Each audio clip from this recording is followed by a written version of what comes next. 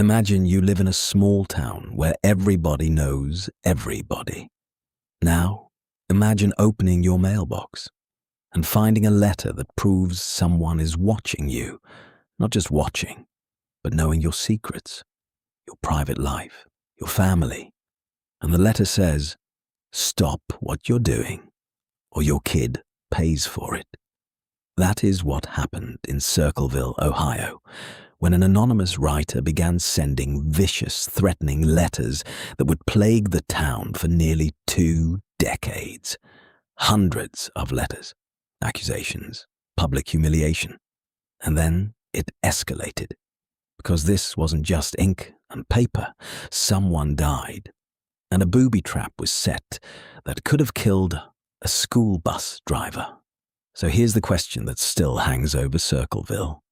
Who was terrorizing an entire town for decades? Circleville is a small town about 25 miles south of Columbus, Ohio. Quiet enough that major crime stories do not typically land there. But in the late 1970s, residents began receiving anonymous letters that weren't just mean. They were specific. They accused people of affairs, violence, corruption, even worse. The letters felt like they were written by someone local or someone who had eyes everywhere. One woman became the center of it, Mary Gillespie, a local school bus driver. Mary starts getting letters that accuse her of having an affair with the town's school superintendent, Gordon Massey. The writer claims they're watching her home and warns her to stop. Then the tone turns darker. The letters threaten Mary's family, including her daughter. At that point, this isn't gossip. It's intimidation. And the letters don't just go to Mary. They spread. Newspapers, elected officials, other residents. The whole town starts to feel like it's being hunted by someone who knows everyone's business. Most of the envelopes were postmarked Columbus, which added a weird layer. Was the writer traveling, trying to hide that they were local? Or were they actually from Columbus and just obsessed with Circleville? Either way, Circleville's normal small-town trust begins to rot. Because now, every neighbor could be the person behind the handwriting. Mary's husband, Ronald Gillespie, starts receiving letters too. One letter reportedly tells him that he should catch the couple together and kill them both. Then, in August 1977, something happens that becomes one of the biggest pivot points in the entire story. Ron receives a mysterious phone call that is believed to be connected to the letter writer. He gets his gun, leaves the house, and drives off in his pickup truck. Not long after, he's found dead. His truck crashed into a tree, and here's where the story gets unsettling. A gun was found under Ron's body, and it had been fired once. The coroner ruled the crash an accident, but not everyone believed that. The fired gun raised questions about what really happened on that road that night. So now, Circleville is in a new reality. A town is being stalked by threatening letters. A husband is dead after a call tied to the mystery, and no one trusts the official explanation. And the letters keep coming. Later, Mary would say she denied an affair at first, but after Ron's death, she and the superintendent began seeing each other, and the threats escalated. This is important because it made Mary a bigger target, and it made the writer more aggressive. Fast forward to February 7th, 1983. Mary is on her bus route in the morning, picking up kids. She sees an obscene sign about her 13-year-old daughter posted at an intersection. Mary pulls over and goes to tear it down, but as she looks closer, she notices something off. Twine, a box, and a setup that does not look like a normal sign. She takes the box home and opens it. Inside is a gun rigged to fire, a crude booby trap. If the mechanism had worked properly, the theory is that it could have shot her when she pulled the sign down. At this point, the case shifts from threatening letters to attempted murder.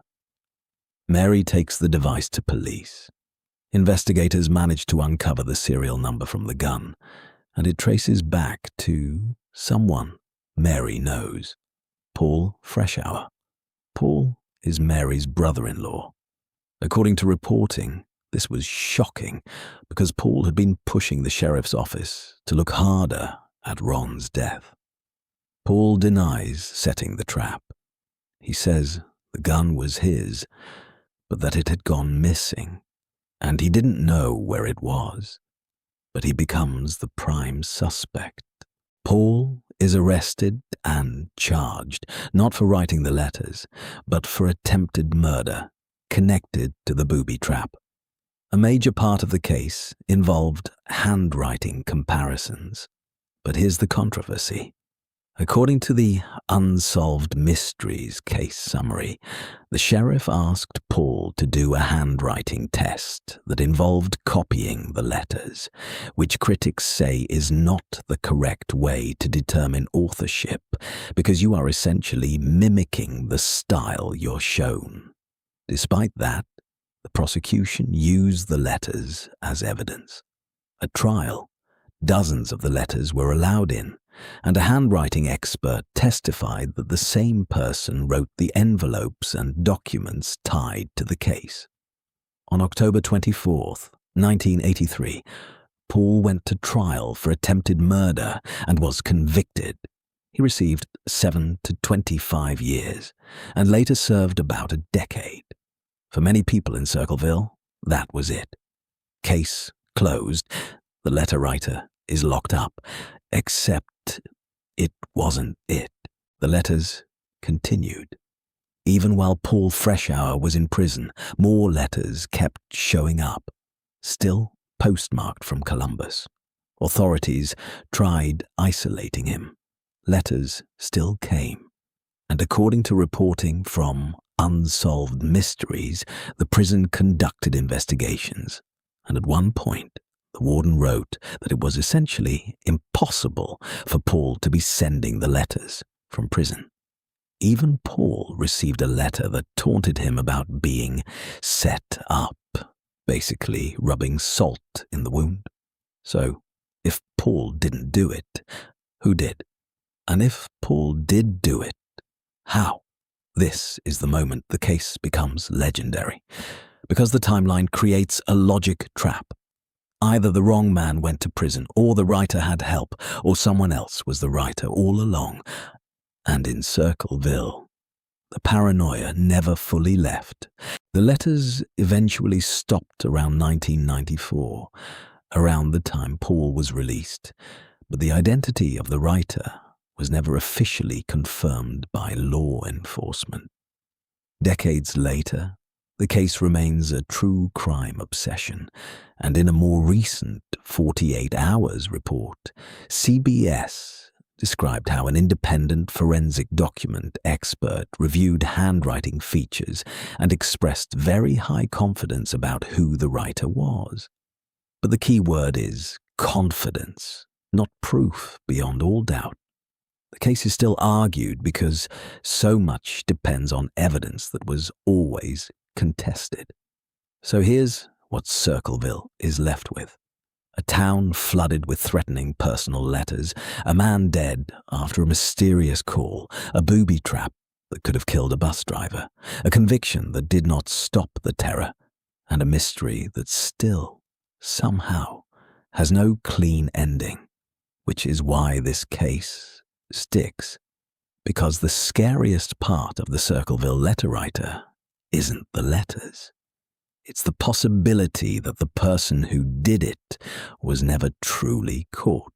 If you had to bet, do you think it was Paul, someone helping him, or someone else entirely? Drop your theory in the comments, And if you want the next episode, I can cover the best 3 alternate suspects and the strongest evidence for each. Thanks for watching. If you enjoyed the video, subscribe to True Crime Told for more cases like this. And if you want another story right now, click one of the videos on screen. I'll see you in the next one.